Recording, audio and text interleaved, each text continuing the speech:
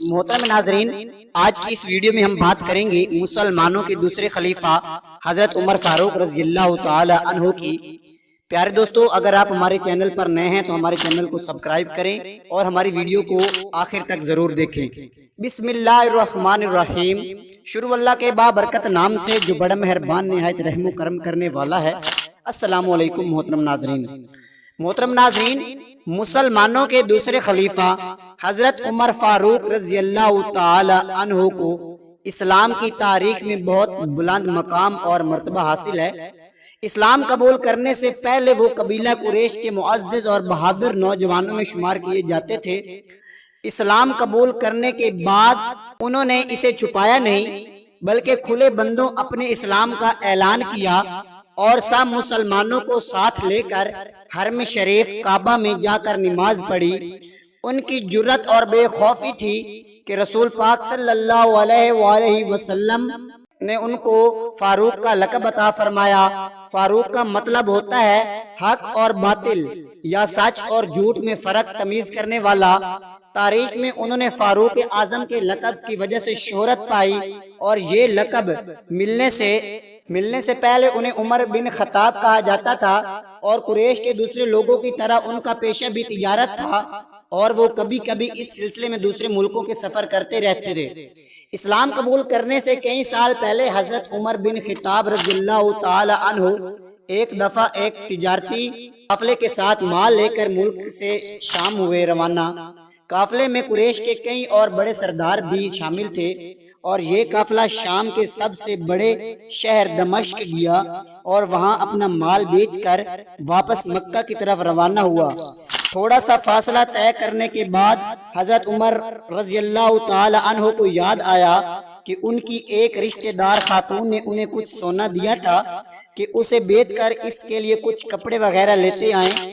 انہوں نے اپنے قافلہ کے ساتھیوں سے کہا، میں فلاں عورت کا کام کرنے واپس دمشق جا رہا ہوں، کوشش کروں گا کہ یہ کام کر کے جلد واپس آ جاؤں۔ حضرت عمر رضی اللہ تعالی عنہ دمشق واپس گئے تو بازار بند ہو چکے تھے۔ مجبوراً وہ ایک سرائے میں ٹھہر گئے اور سو گئے۔ تھوڑی ہی دیر کے بعد اللہ کا ایک بندہ سرائے میں آیا۔ اس نے حضرت عمر رضی اللہ تعالی عنہ کو جگایا اور اپنے ساتھ گھر لے گیا۔ معلوم نہیں یہ آدمی حضرت عمر رضی اللہ تعالی عنہ کو پہلے سے ہی جانتا تھا۔ حضرت عمر پہلے بھی کئی بار دمشق آ چکے تھے یا ان کے والد خطاب سے اس کی کوئی واقفیت تھی۔ اس نے حضرت عمر رضی اللہ تعالی عنہ کی بڑی خاطر مدارت کی۔ کھانا کھا کر تو وہ سو گئے اور ان کا میزبان رات بھر عبادت کرتا رہا۔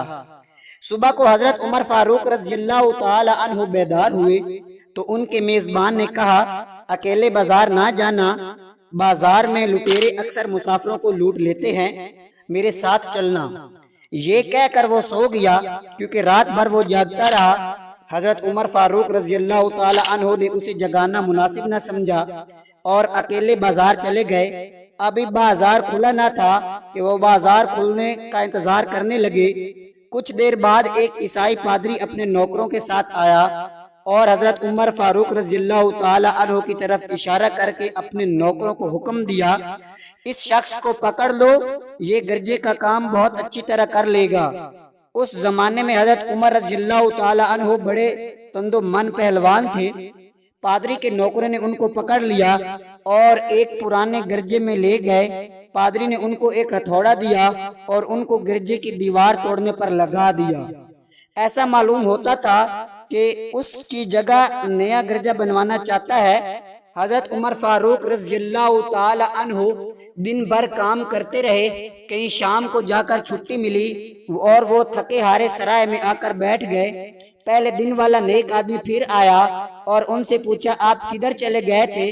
حضرت عمر فاروق رضی اللہ تعالی عنہ نے اسے سارا قصہ سنایا تو وہ انہیں پھر اپنے گھر لے گیا اور ان کی بڑی خاطر مدارت کی اور انہیں تاکید کی کہ کل بازار جاتے وقت مجھے ساتھ لے جانا۔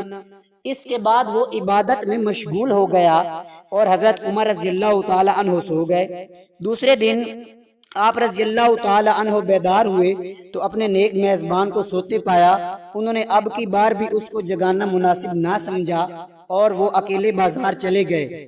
اتفاق سے پھر وہی پادری اپنے نوکروں کے ساتھ آیا اور حضرت عمر فاروق رضی اللہ تعالی عنہ کو پکڑ کر لے گیا۔ ان کو غصہ تو بہت آیا، لیکن کیا کرتے، غیر ملک میں وہ اکیلے تھے اور کوئی ہتھیار بھی پاس نہیں تھا۔ دوسری طرف پادری کے ساتھ 7-8 نوکر بھی تھے اور سب ہتھیار بند تھے۔ پہلے دن کی طرح حضرت عمر ہتھوڑے کے ساتھ گرجے کی دیوار توڑتے رہے۔ جب دھوپ تیز ہوتی تو پادری اور اس کے نوکروں نے کام میں مشغول دیکھ کر چلے گئے اور حضرت عمر رضی اللہ تعالی عنہ دیوار کے سائے میں دم لینے کے لیے بیٹھ گئے۔ اتنے میں وہ پادری گھوڑے پر سوار چپکے سے آیا اور حضرت عمر فاروق رضی اللہ تعالی عنہ کے سر پر ایک کوڑا مار کر کہا، ہم سب گھر گئے اور تو نے کام کرنا چھوڑ دیا۔ اب حضرت عمر رضی اللہ تعالی عنہ کو صبر کی تاب نہ رہی۔ انہوں نے ادھر ادھر نظر دوڑائی، ہر طرف سناٹا تھا۔ انہوں نے پادری کو گھوڑے سے کھینچ کر نیچے گرا لیا اور اس کے سر پر ہتھوڑے پہ ہتھوڑا مارنا شروع کر دیا۔ وہ بہت چیخا چلایا لیکن کوئی اس کی مدد کے لیے نہ پہنچا۔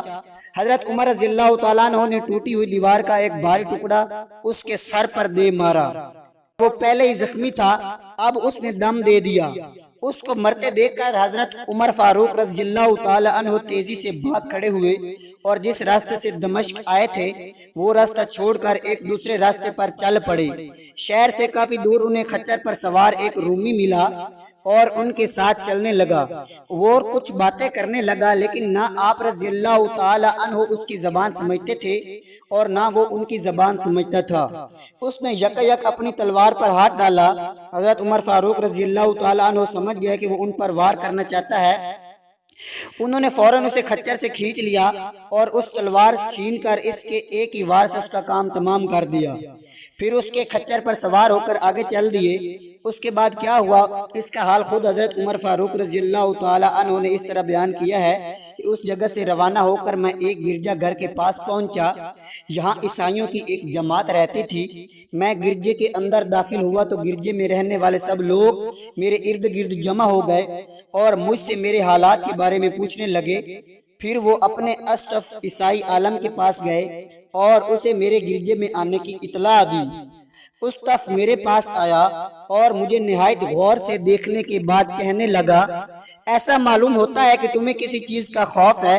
میں نے کہا، تم نے کیسے اندازہ کیا ہے کہ مجھے کس چیز کا خوف ہے؟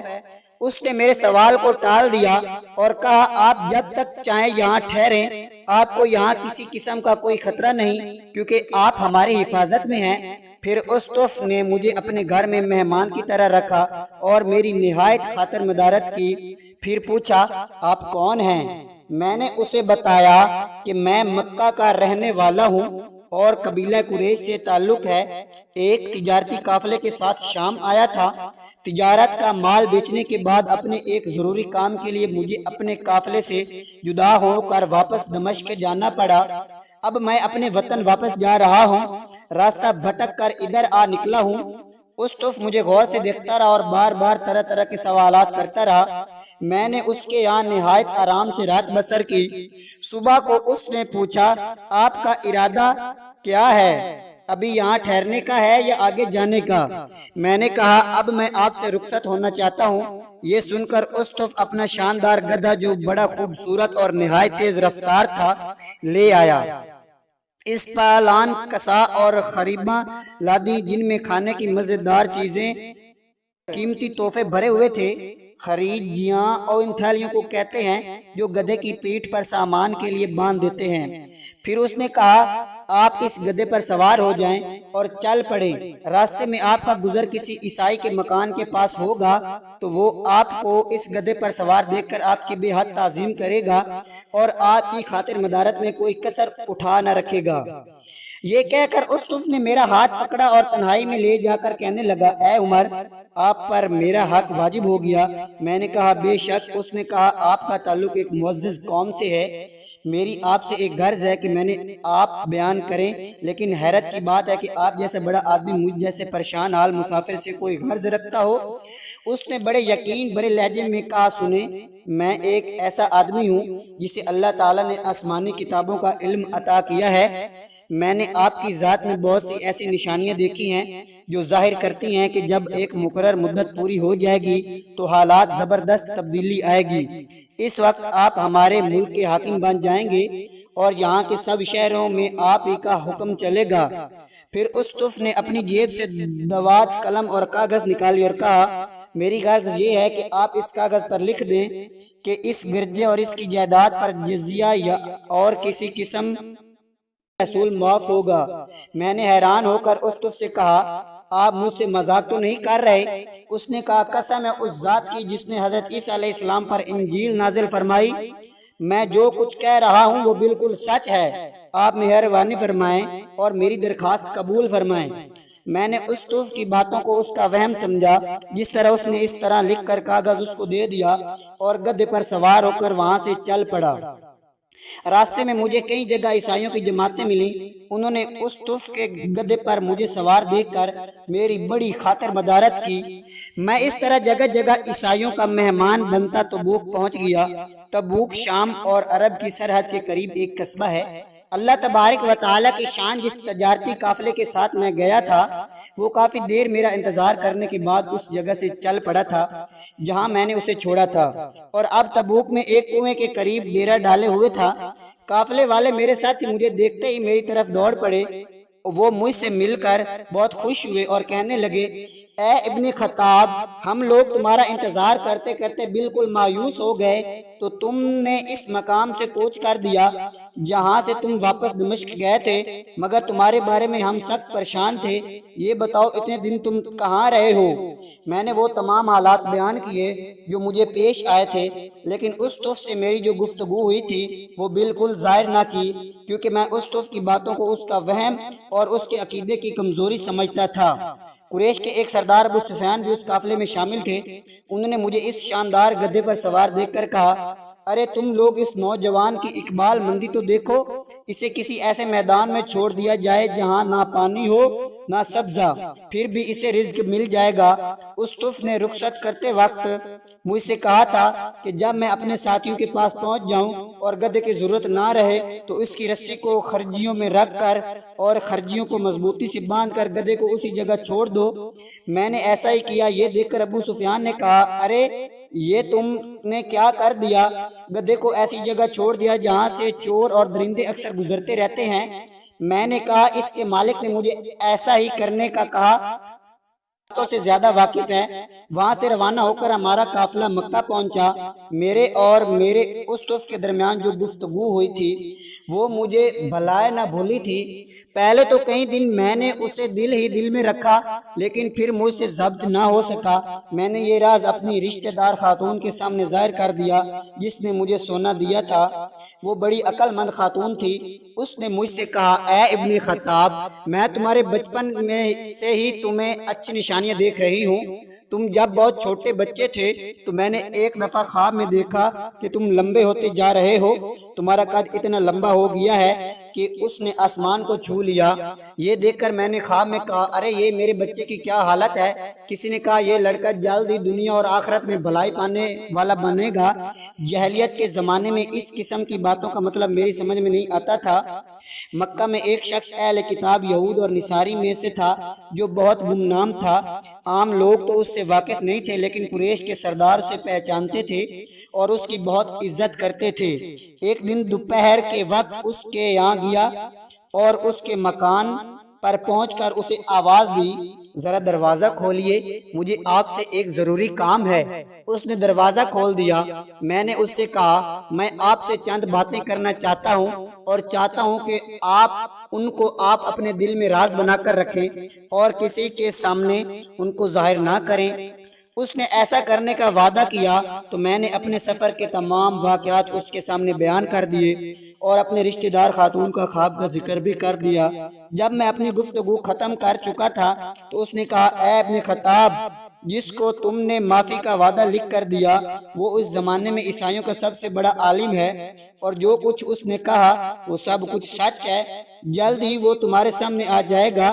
جہاں تک تمہاری رشتہ دار خاتون کے خواب کا تعلق ہے تو اس سے یہ ظاہر ہوتا ہے کہ مکہ میں ایک بہت بڑا انقلاب آئے گا، زمانہ ایک نئی صورت اختیار کرے گا اور آنے والے زمانے کے آسمان و زمین بدل جائیں گے۔